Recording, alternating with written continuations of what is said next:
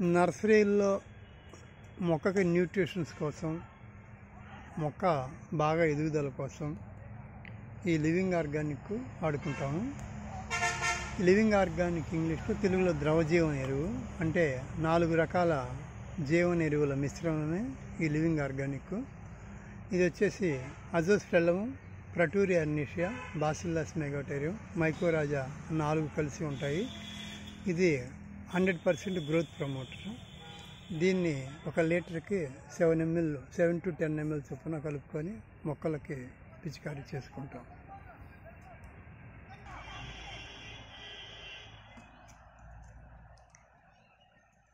రెండు పోయాలా?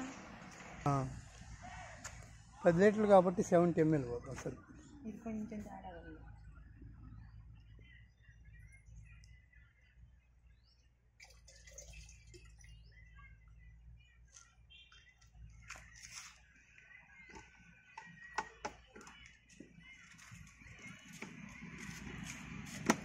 ఆ, 70 ml మొత్తం.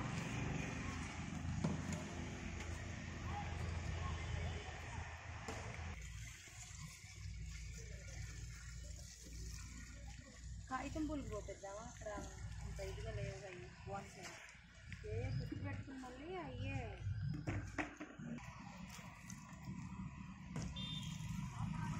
ఈ విధంగా మొక్కంతా తడిచే విధంగా పిచికారీ చేసుకోవాలి. వారానికి ఒకసారి, 10 రోజులకు ఒకసారి చేసుకుంటే మంచిది. చాలా తక్కువ ఖర్చుతో మంచి ఫలితాలు పొందవచ్చు. ఇది యూరియా, డిఏపి, పొటాష్, కెమికల్కి సంబంధించిన యూరియా, డిఏపి, పొటాష్ కలిపి 3 కొట్టి వాడితే ఏ ప్రయోజనం అంత ప్రయోజనం మొక్కకు లభిస్తుంది. వీటికి నెక్స్ట్ ఏం పోపిమంటారు? వీటికి ఆర్గానిక్ ఫస్ట్ అప్లై చేయాలంటే కల్పవృక్ష. మీకు వేరియేషన్ కోసం, మన అబ్జర్వేషన్ కోసం కొంతమంది జిడ్డుగాళ్ళు ఉంటారు. నేను ఒకటే వాడతాను. ఇప్పుడు దీనికి ఏమి వేపిమంటారు నెక్స్ట్? దీనికి ఇది తేడాగా ఉంది. ఏది ఇదే? ఇప్పుడు మనం పోసిన దానికి మళ్ళీ రేపు గ్లాస్తో పోసేయండి. ఏది లివింగ్ ఆర్గానిక్ పోపినా? పోపించండి. ఎక్కడైతే డల్గా ఉందో, డిసీజ్ ఉన్న దగ్గర కల్పవృక్ష, డిసీజ్ లేని దగ్గర ఇది. అసలు ఒక పట్టె మొత్తం చూడాలంటే బలం లేని దగ్గర బలం కావాలనుకుంటే ఇది, డిసీజ్ ఉంటే అక్కడ, తర్వాత డిసీజ్ అయిపోయిన తర్వాత ఇది పోయాలి.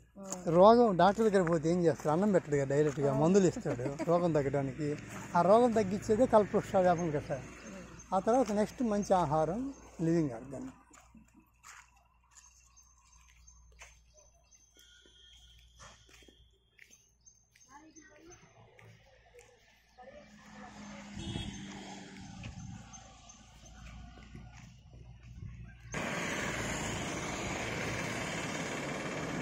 బీవీఆర్ గార్డెన్ నర్సరీ,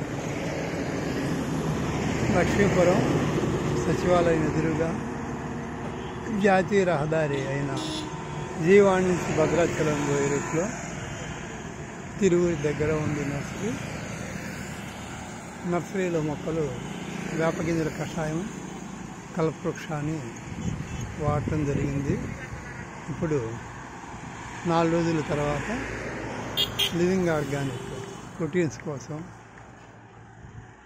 మొక్కలు బలంగా పెరగడానికి, పూల మొక్కలు మరియు ఎక్కువగా పుష్పాలు రావడానికి మంచి ఆహారంగా ఇవ్వటం జరిగింది.